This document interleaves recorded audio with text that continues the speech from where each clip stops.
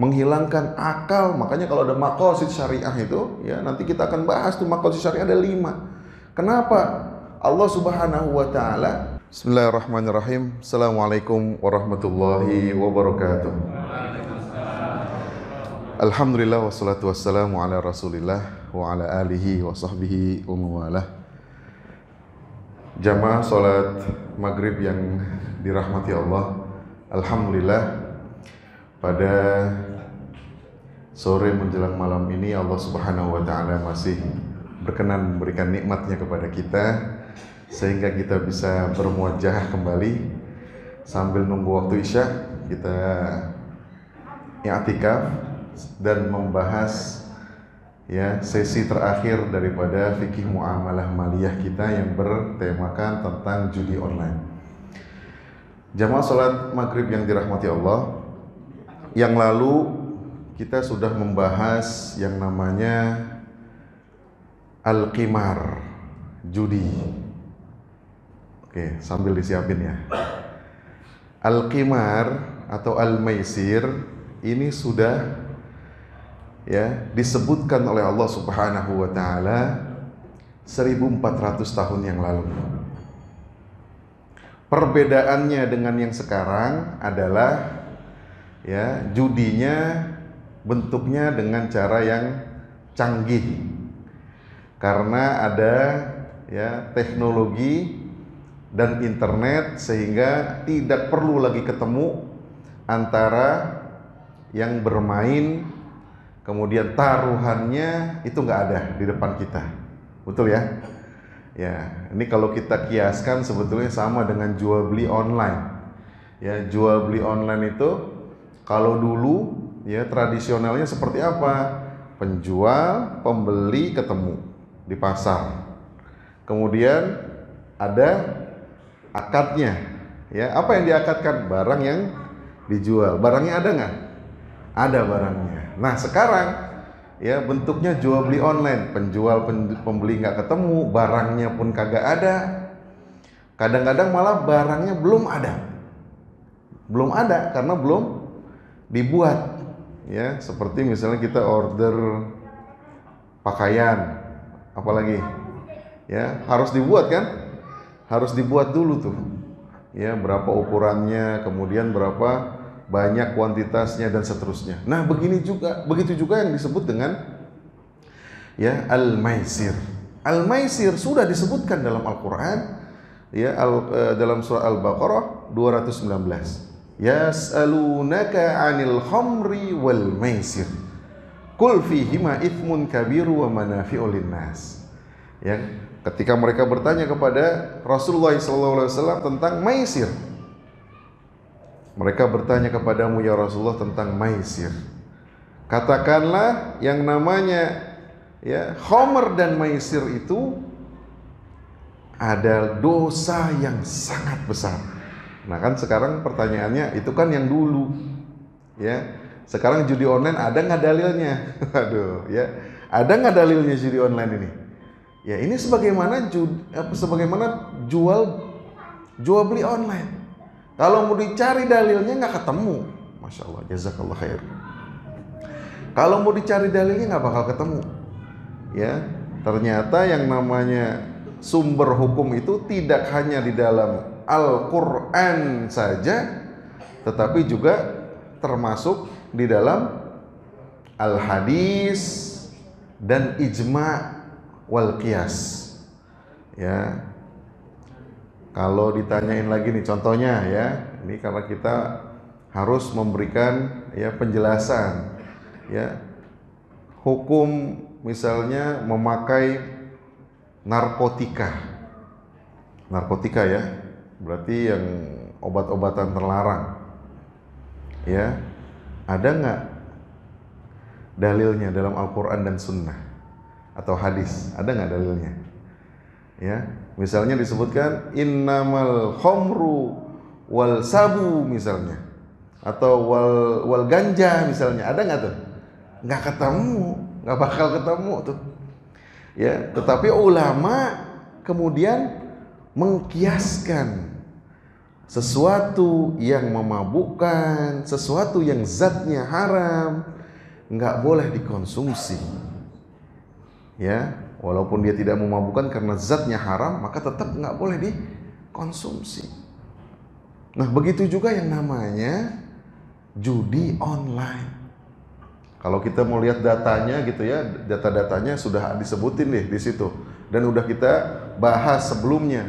Ya, Indonesia itu darurat judi online. Yang paling besar itu adalah Pusat Pelaporan Analisis Transaksi Keuangan yang merilis data bahwa Indonesia itu 3,2 juta penduduknya itu terlibat dengan judi online.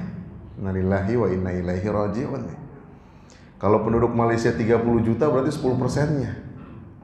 Ya, kalau penduduk Malaysia, kalau penduduk Singapura udah kelalap dah tuh. Udah kelalap itu namanya. 3 juta, 3,2 juta. Banyak benar. Dan 80%-nya ini disebutin dalam data itu, ya ternyata yang penghasilannya itu di bawah UMR. Atau yang tidak punya penghasilan tetap, yang informal pekerjaannya, ya, yang ada pagi ya bekerja, ntar sorenya dibayar. Kemudian yang bekerjanya ojol, yang tidak tetap, yang di bawah garis ya UMR, yang seperti ini yang banyak. Ya, bukan justru malah yang berjuta-juta itu, bukan. Nah ini kan permasalahan kita bersama. Ya, bahkan bukan cuman ya polisi saja sekarang yang bertindak untuk untuk meminimalisir atau menghapuskan. Ya, tetapi justru lebih daripada itu. Mereka bersama-sama nih pemerintah ya, PPATK, OJK, termasuk di situ ya polisi, TNI, bahkan sekarang ketua Satgasnya ya, Purnawirawan Bapak Hadi ya, Purnawirawan TNI kalau nggak salah, yang kumisnya tebal Pak, itu masih tebal. Ya, kemudian Kominfo, Kementerian Agama, termasuk yang diminta untuk dilakukan penyuluhan ya dari sisi ya rohiyahnya. Artinya ini sudah masalah bersama, bukan cuma masalah masyarakat lagi, tapi sudah mulai masuk ke dalam berbangsa dan bernegara. Sebab kalau dilihat dari transaksi PPATK itu sekitar sampai bulan Juli itu 700 triliun, yang 5%-nya itu mengalir ke luar negeri. Ini nggak main-main berarti. Ya, 5% dari 700 triliun kan bukan dikit itu. Dan udah susah untuk diblokir kalau misalnya udah ke luar negeri, udah susah. Dan ini sudah dikasih tahu sebelum-sebelumnya oleh Allah Subhanahu wa taala bahayanya. Makanya ya dalam pertemuan yang kedua kita sudah juga membahas tentang bahaya dan dampak judi. Ya, kalau dalam surat mungkin dibuka surat Al-Maidah, tadi kan surat Al-Baqarah, ya, mereka masih bertanya kepadamu ya Rasul tentang maisir, judi dan maisir, tentang khamr dan maisir. Khamr itu minuman keras, ya, maisir itu judi, termasuk di sini judi online. Ya, kul fihima ithmun kabir, kata Rasulullah SAW, ya, katakan kepada mereka bahwa yang namanya judi dan miras terdapat dosa yang sangat besar. Itu dia. Ya. Wa manafi'u linnas, tapi masih ada manfaatnya. Coba Anda ulangin nih. Kenapa disebut ada manfaatnya?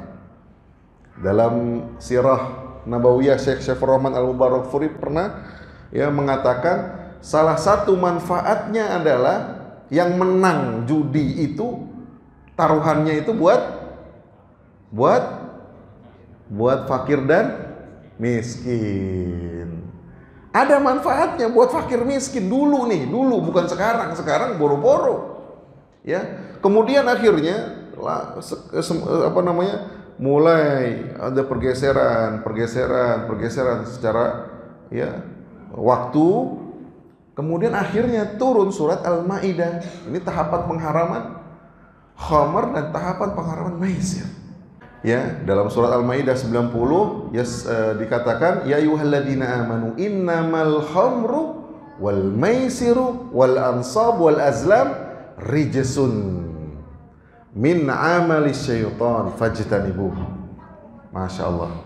Pertama, ya, ini kalau kita mau ulang sedikit bahayanya, ya, ternyata yang namanya judi itu disetarakan dengan apa?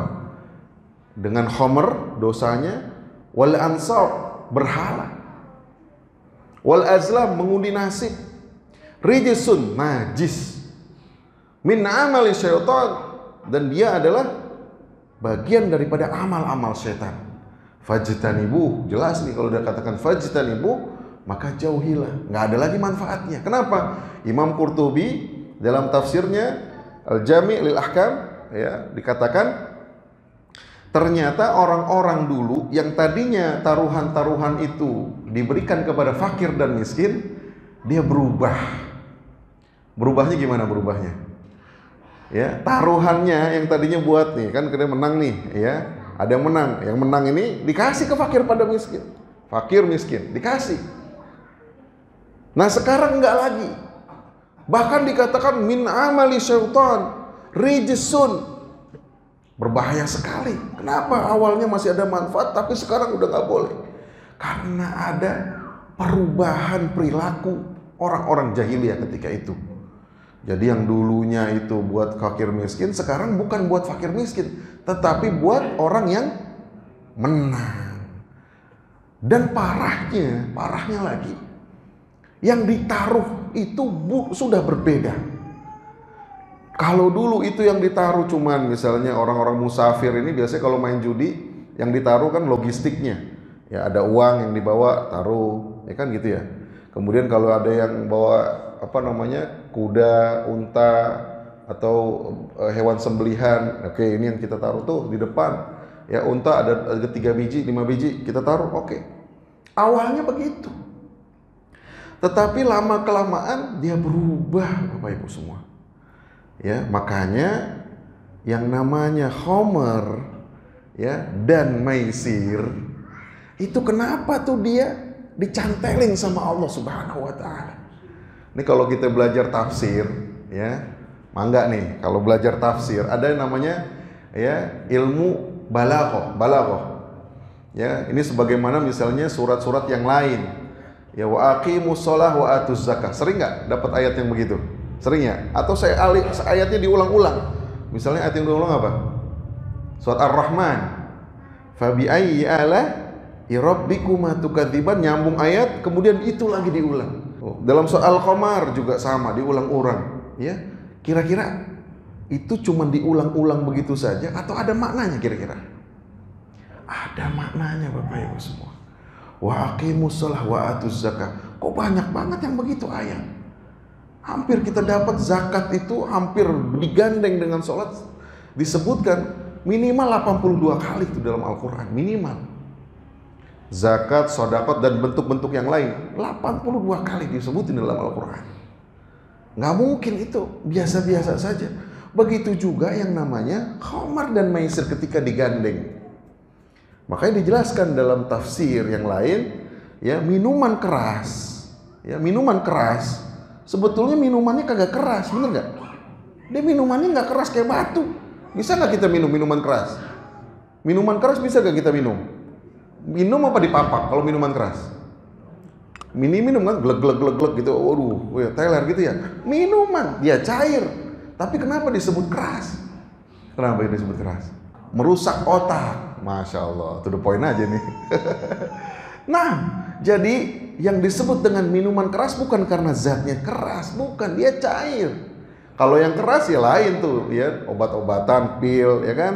Misalnya tadi ya yang kayak sabu misalnya atau ganja itu kan padat. Itu nggak bisa diminum, ya. Kalau nggak ditelen, ya kalau nggak dihisap, disuntik dan seterusnya.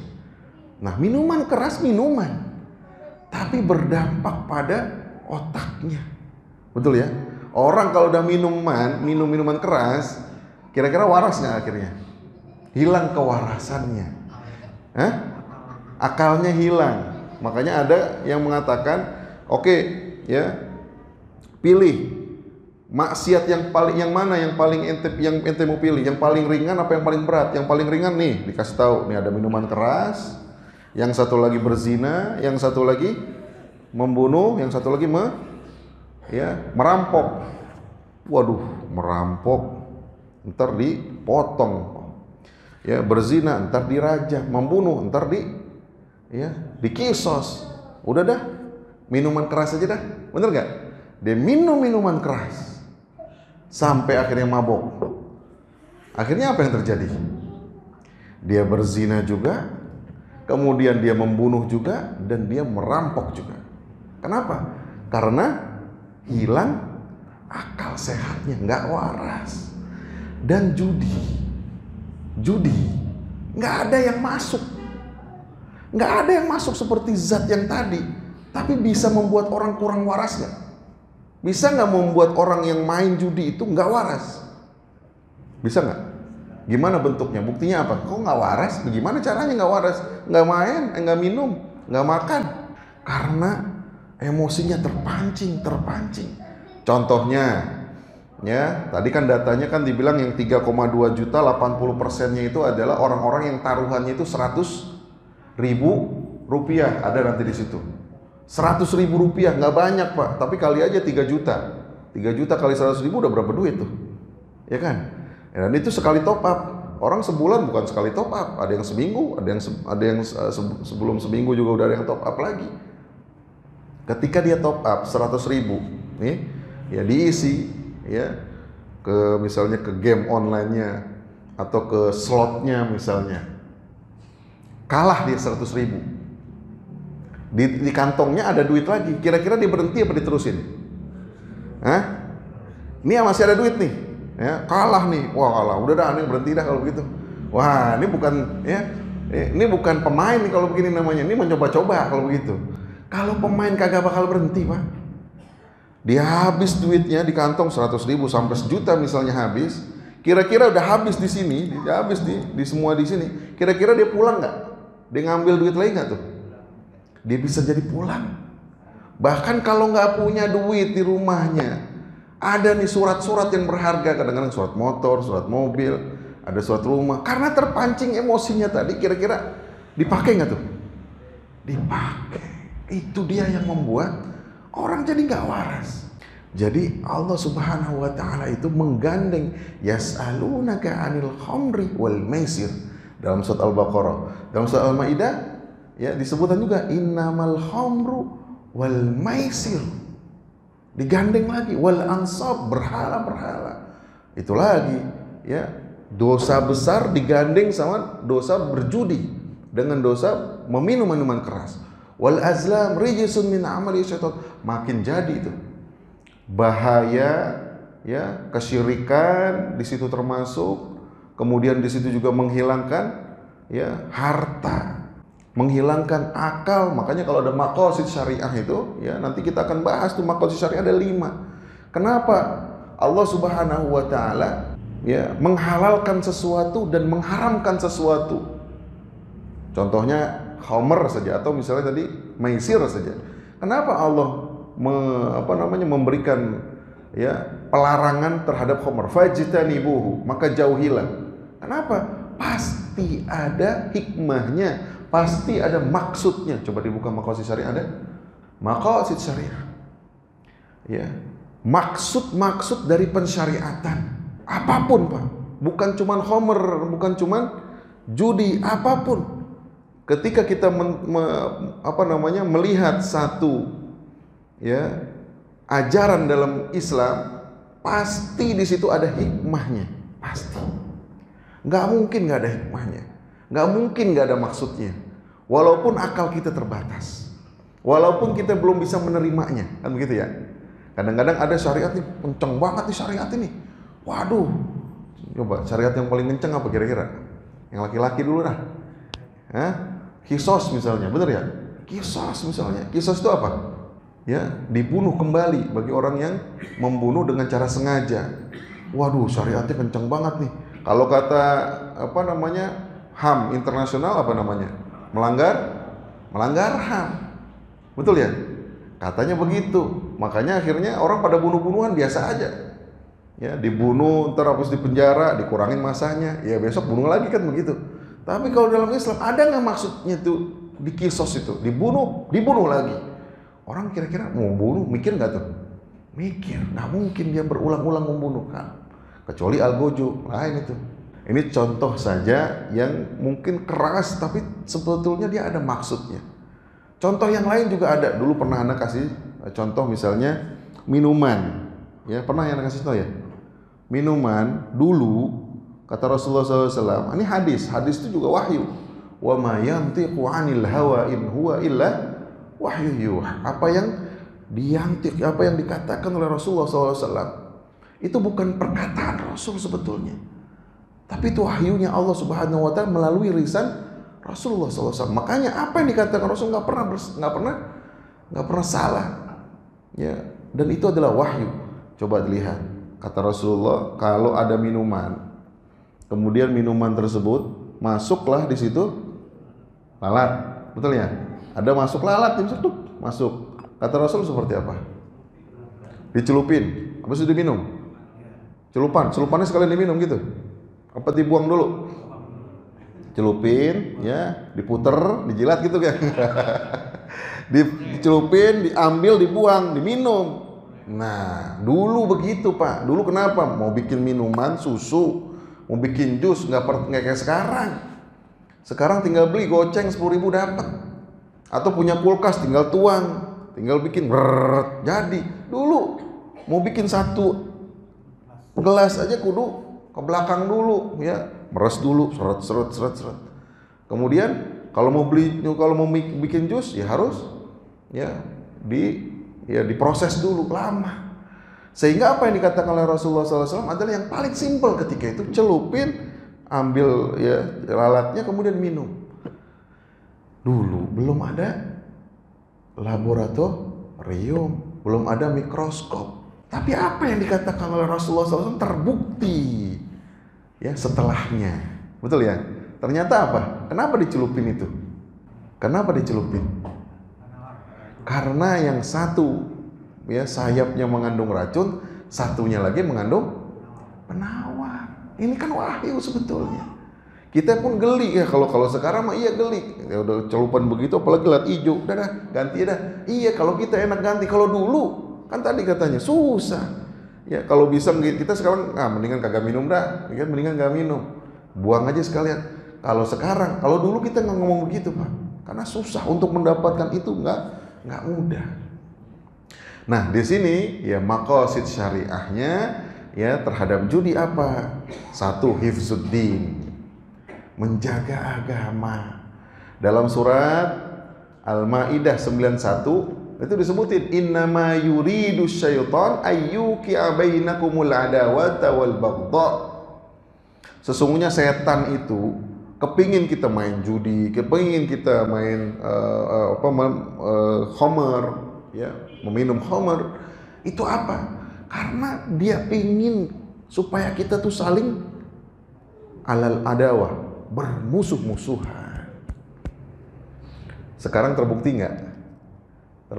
Gara-gara judi orang musuh-musuhan ada nggak? Jangan orang, keluarga ada yang musuh-musuhan nggak? Ada. Bukan masyarakat doang, aparat juga kena, anggota dewan yang terhormat kena juga. Ada kasus misalnya yang ya membawa duit bendahara kantor, ada yang membawa kabur duit satuan kerjanya masing-masing tuh.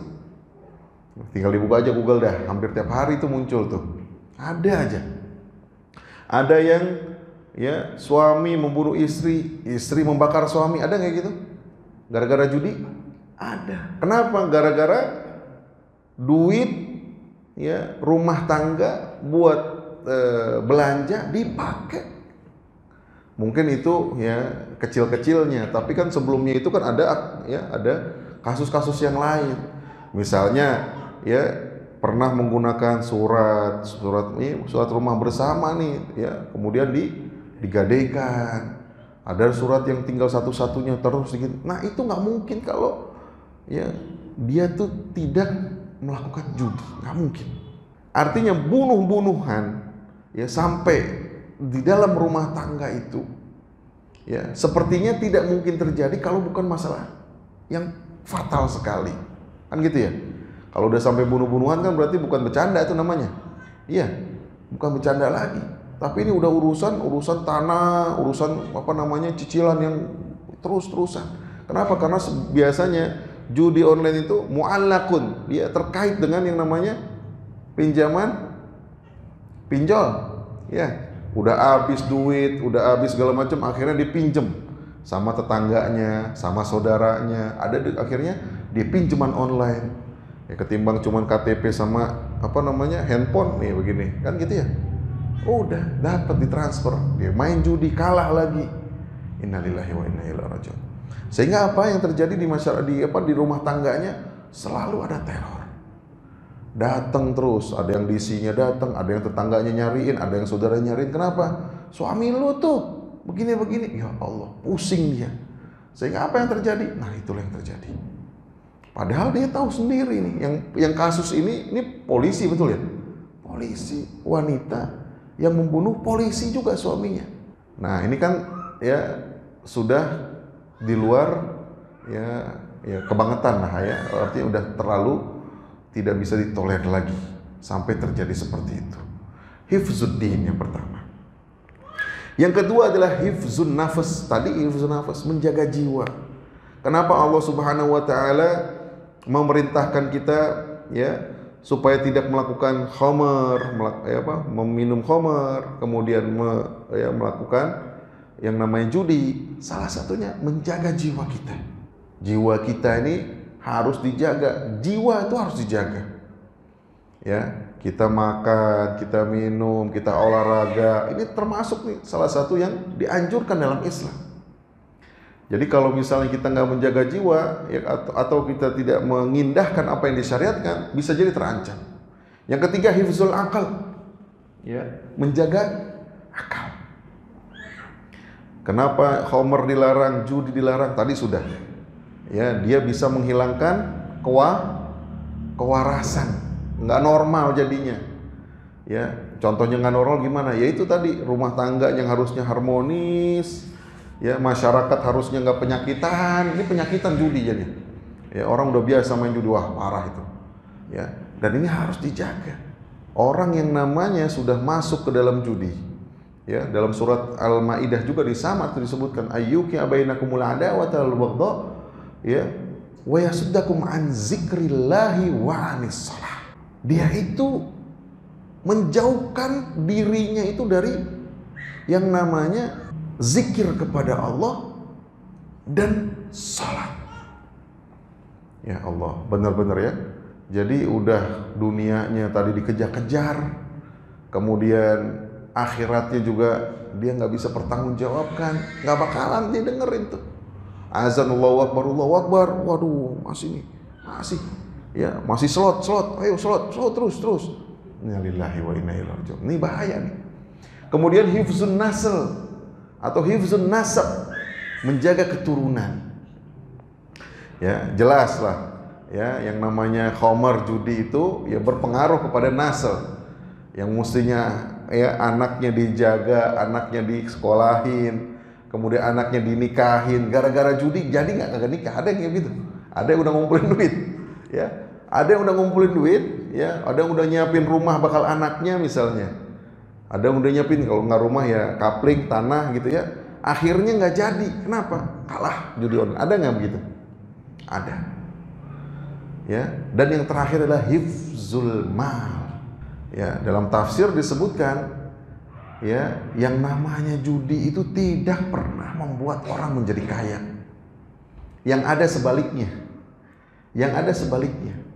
Dia akan menjadikan orangnya menjadi miskin, bangkrut, bukan menjadi kaya. Yang kaya itu siapa tuh? Bandarnya yang kaya. Yang melindunginya tuh yang kaya. Dia ke bandar kan ada yang melindunginya kan. Yang melindunginya yang kaya tuh, yang pakai pesawat, ya. Yang wah pokoknya begitu dah ya. Nah, ini yang perlu kita sadarin bahayanya. Baik, next. Nah, ini udah penjelasannya tadi. Dalam ayat selanjutnya ya, wa yasuddakum an dzikrillahi wa anis salahi fahal antum muntahun. Al-Maidah 91. Allah bertanya kepada Rasulullah dan para sahabatnya. Ini kan tadi kan Rasulullah bertanya, ya Rasulullah ditanyakan ya oleh para sahabat, yas'alunaka. Rasulullah ditanya oleh para sahabat, kemudian Rasulullah menjawab. Kemudian Allah memberikan pertanyaan kepada Rasul dan para sahabat yang udah dikasih tahu. Ini bahayanya, ini bahayanya, ini bahayanya. Ini di akhirat, ya. Ini di dunia seperti ini. Fahal antum muntahun? Kata Allah Subhanahu wa taala. Apakah ente kagak pada mau berhenti? Makanya ketika itu dikenal tuh di kalangan sahabiyah, orang-orang yang punya gentong-gentong di rumahnya itu khamr, mereka pecahin. Ya, makanya banjir tuh di rumahnya. Dipecahin, Pak, gentong, khamr, arak yang mereka ya kalau dulu mungkin bukan dalam bentuk botol ya, tapi dalam bentuk gentong. Ya, kemudian di situ diisi ya mungkin buah-buahan, anggur segala macam yang masih difermentasi. Nah, itu yang terjadi ketika itu untuk khamr. Bagaimana dengan judi? Judi ketika itu tidak dilakukan lagi. Ini penting sekali. Kenapa? Karena jawaban Rasulullah dan para sahabatnya, ya, fahal antum muntahun, ingat jawabannya seperti apa? Jawabannya intahaina ya Rasulullah, intahaina ya Rasulullah.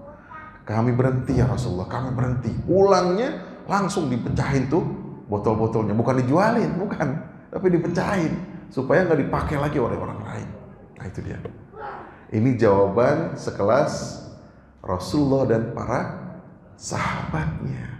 Nah, ya, jamaah sholat maghrib yang dirahmati Allah, tentu buat kita, ya, kalau sudah tahu yang namanya bahaya, dampaknya, dampak buruk pastinya, kita juga sudah mesti ya menstopnya, intaha, menyelesaikannya. Bagaimana menyelesaikannya? Sekurang-kurangnya ini ada 3 nih. Ya, yang pertama dari diri kita dulu, bertobat, an-nadamah, penyesalan. Kalau udah bertobat nggak mau ngulangin lagi, ini emang susah. Kalau disuruh oleh orang, kadang-kadang orang nggak mau bergerak, tapi harus mulai dari kesadaran. Bagaimana dirinya itu supaya dia tahu bahwa sadar atas kerusakan-kerusakan yang terjadi. Ya, nggak main-main rusaknya. Ini bukan berkaitan dengan cuman ya jiwa raganya, tetapi juga dengan hartanya habis. Atau kebalikannya, nggak main-main dengan cuman hartanya, tapi keluarganya hilang. Sebagaimana yang dikatakan oleh Imam Qurtubi dalam Jami' al-Ahkam, mufassir, dalam kitab tafsirnya. Ketika itu kenapa diharamkan? Karena sudah bergeser, yang tadinya diberikan kepada fakir miskin, sekarang dinikmati atau diberikan atau diambil oleh orang yang menang. Dan parahnya ketika itu bukan lagi taruhan-taruhan yang tadi yang disebutkan. Uang, logistik, ya, kendaraan dulu berarti apa? Unta gitu ya? Bukan itu lagi. Tapi apa? Naam, anak dan istrinya yang digadein. Bukan anak digadein, ditaruh. Tapi kita mesti lihat juga dulu itu ya ketika ya zamannya Rasulullah SAW awal-awal di Mekah, itu yang namanya istri bukan cuma 1-2, Pak. Ya, Islam membatasi jadi berapa? 4. Islam datang, tapi sebelum Islam datang berapa, Pak? Ya mau 10 boleh, mau 10, mau 100 boleh. Boleh. Jadi yang dikatakan itu istrinya itu yang dia ditaruh, ya, kemudian anaknya sekalian ditaruh, itu udah biasa. Ya, kalau kita yang cuma atu-atunya ya sedih bener ya kalau begitu ya. Kalau yang dulu kan kagak nih, yang bandel aja nih kita taruh nih, yang bandel misalnya gitu ya. Yang bandel yang susah dibilangin kita taruh aja kalian nih, ya, buat dia. Tapi benar-benar akhirnya dia, ya, yang tadinya kan, ya, kalau kata Imam Qurtubi itu nggak wajar dan sangat merusak. Bagaimana mungkin orang yang musafir ya datang ya kemudian dijamu oleh sohibul bait, kan begitu. Ini kan kemuliaan ya sampai sekarang ya. Orang-orang Arab itu kalau yang namanya menjamu tamu luar biasa. Kan sampai sekarang ya. Dia menjamu tamu, nggak punya apa-apa, dia beli, dia ngutang. Tuh bayangin, dia ngutangin untuk tamunya dan diberikan tempat untuk menginap berapa hari? 3 hari. 3 hari nggak didiemin doang. Tadi dikasih minum, dikasih main, ya obrol-obrolan, lahun, ya al-qimar itu tadi judi yang pertama-tama tadi judinya cuma nggak pakai taruhan, tapi kemudian judinya itu dengan taruhan. Bagaimana mungkin kata Imam Qurtubi ketika mereka bertamu, ya yang awalnya dia musafir, akhirnya dia jadi sohibul bait, kan begitu. Yang sohibul bait jadi musafir. Kenapa? Karena hartanya habis, anak istrinya digadein, ditaruh, udah jadi milik musafirnya. Ya kalau barang mending, kalau barang berpindah, ini mah istri sama anak, darah dagingnya kan kagak mungkin.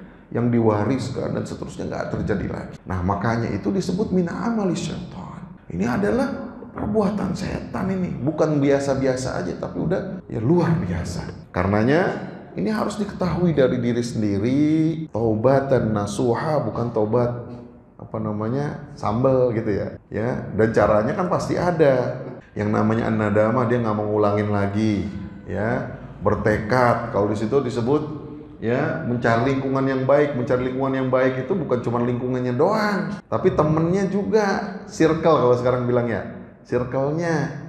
Ya mungkin kalau sekarang bukan cuma circle aja, cuma circle di kantor, di rumah, tapi yang handphone juga masuk nih. Ya yang ada handphone yang dulunya ada slot judi udah cut, blokir, udah nggak bisa masuk lagi ke kita. Kenapa? Karena ketika kita sudah nyaman, udah mulai nih ya, yang tadinya ya jeblok bener gitu ya, kemudian udah 50% nih, udah hijrah nih, ada tawaran lagi masuk, jadi tertarik lagi, berbahaya, cut bener-bener. Cari lingkungan yang baik, kemudian teman yang baik. Rasulullah juga pernah ngomong ya, yang namanya teman itu bisa menentukan. Cari ya, kalau kita pengen tahu si fulan, cari temennya si fulan yang paling dekat siapa, itu dia temennya, begitulah dia, ya kan gitu ya. Yang agak panjangan dikit hadisnya, kalau misalnya kita pengen berteman ya seperti orang yang berteman dengan pemilik toko minyak wangi, sama yang satu lagi sama pemilik besi, ya tukang las dah kalau kita bilang. Ya kalau misalin yang satu ya kita berteman sama tukang pemilik minyak wangi, walaupun kita kagak beli itu minyak wanginya, ya kalau kita sering main ke tokonya kan, ya tiap hari nongkrong di situ, Ini ada barang baru nih, dicoelin, ya kan, 1, 2 mah tetap nyampe pulang ke rumah, wangi bener ini, kagak beli. Kalau beli lebih parah lagi, ya bisa kita pakai tiap hari. Perumpamaan. Yang satu lagi, jangan temenin yang kayak gini. Kenapa? Kalau temenin kayak gini, ente paling kagak kena apa tuh yang seret apa itu? Bunga api. Ya, api ya. Kalau nggak pada bolong baju kita itu kena gituan. Kalau nggak kena itu, paling kagak kena apa? Baunya, bau asap. Pah dari mana? Tukang sate sana misalnya, atau tukang las. Siapa teman kita? Ya menunjukkan begitulah kitanya. Kalau teman dekat ya, bukan teman yang bukan teman yang jauh, teman yang dekat, yang sehari-hari, atau bisa dibilang ya hamim, teman yang selalu kita hubungin. Nah, maka carilah ya lingkungan yang baik. Yang terakhir ya, amar ma'ruf nahi mungkar. Yang namanya maisir itu orang malas. Orang malas. Kenapa maisir itu dari kata-kata yasir? Apa namanya? Mudah ya. Mudah, pengen mendapatkan sesuatu dengan cara mudah. Dia taruhan ya 100.000, dia pengen dapatnya lebih apa kurang kira-kira? Lebih, udah pasti itu, namanya juga taruhan. Nah, bagaimana caranya? Bekerja. Ya kalau kita mau mendapatkan yang lebih, ya bekerja. Biasanya kerjanya 1 shift, ya coba 1,5 shift atau 2 shift lemburan, cobain. Atau misalnya selain bekerja di tempat ini, ya kita juga bekerja di tempat yang lain atau cari yang online gitu. Nah itu harus ditempuh, dan itu yang ditempuh oleh para nabi. Ya, nabi itu semuanya nggak ada yang gratisan, semuanya mengembala. Ya masing-masing nabi punya spesialisasi pekerjaan kan gitu ya. Ada yang profesi tukang besi, ada yang tukang kayu, ada yang pedagang, semua ada usahanya. Nggak habis udah punya usaha dia taruh di sini, enggak. Jadi harus tetap dengan berusaha. Karena usaha ini ya yang menyebabkan keberkahan daripada harta kita. Yang terakhir ya, harta ini ya, ini perlu diketahui, harta ini adalah sesuatu yang terhormat di dalam ajaran kita, dimuliakan.